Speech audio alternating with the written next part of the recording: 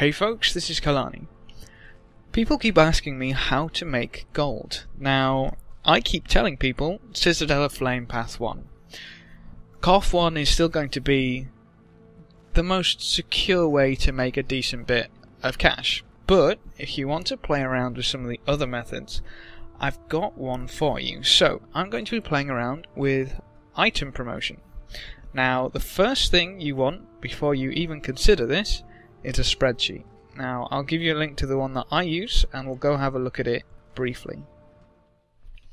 So, this is a Google document, and it is, well, it's titled Egg Baron Material Promotion Sheet.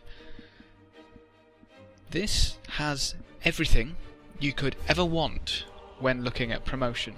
So, I'll throw a link in the description, as usual, and I'll just quickly go through it. So, we have a nice spreadsheet, and up at the top here we have rare materials, which is obviously things like cores and shards, etc. And we have fine materials,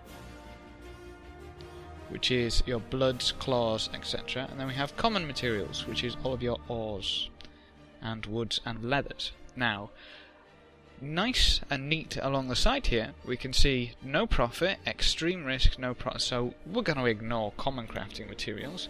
Fine crafting materials, there's a few in here. When it comes to fine crafting materials, you want low. Okay?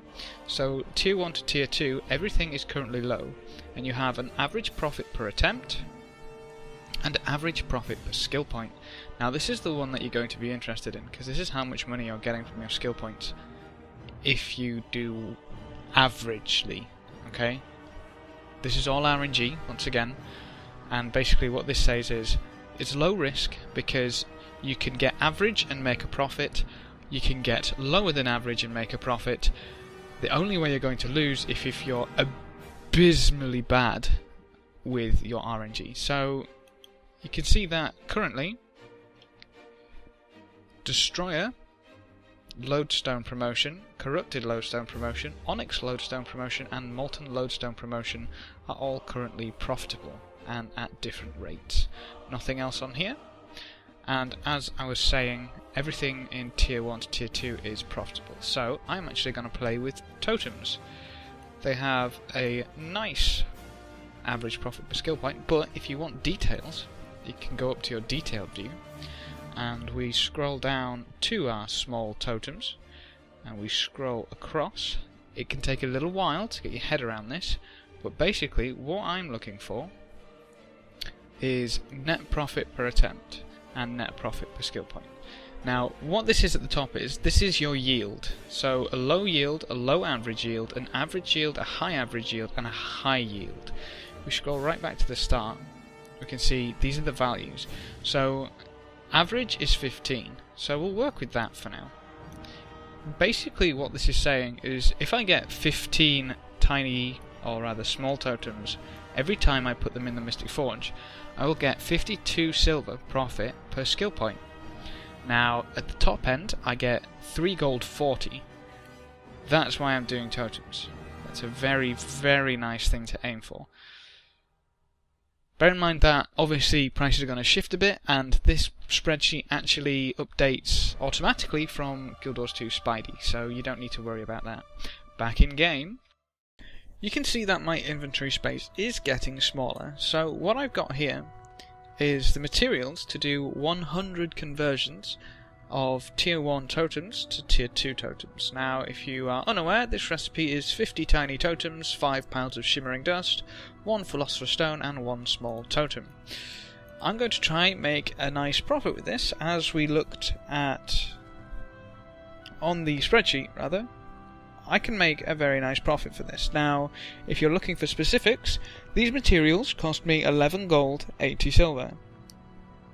Now, a profit margin of low average will get me 3 gold. Okay, so that's more than likely to happen, shall we say. A high end, or unlikely profit margin, is 30 gold. Now remember, this is profit, not overall revenue, so this has already taken my costs into account and fees. So basically, if I get more than 10 each time, I will break even. If I get any more than 10, so because of 100 conversions, if I get any more than 1,000 small totems, I'll end up getting a nice profit. And potentially a very, very nice profit.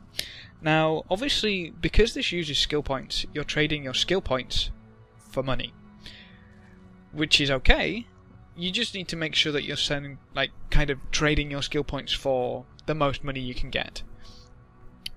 Lodestones is a good way to do this as well, because you're pretty much guaranteed the money that you're going to get from lodestones. There's no RNG involved. Whereas here, I could actually lose money if I'm really, really unlucky. But if you're looking for another way to make money, this is another one to experiment with. It's nice. It's something else, and I don't know, if you're lucky, you can make quite a big profit off it. It's not going to be the same kind of profit if you were to get a precursor, but it's kind of less risk-reward than that system of making gold, but a little more riskier than Citadel of Flame Path 1. So if you're bored of Path 1, still want some gold and want to dabble, got a few skill points spare, I'd probably give this a look in. So I'm going to go ahead and throw these all in. I'll let you know what kind of profit I'll have at the end. Thank you for watching, folks. Good luck and have fun, and as always, I will see you next time.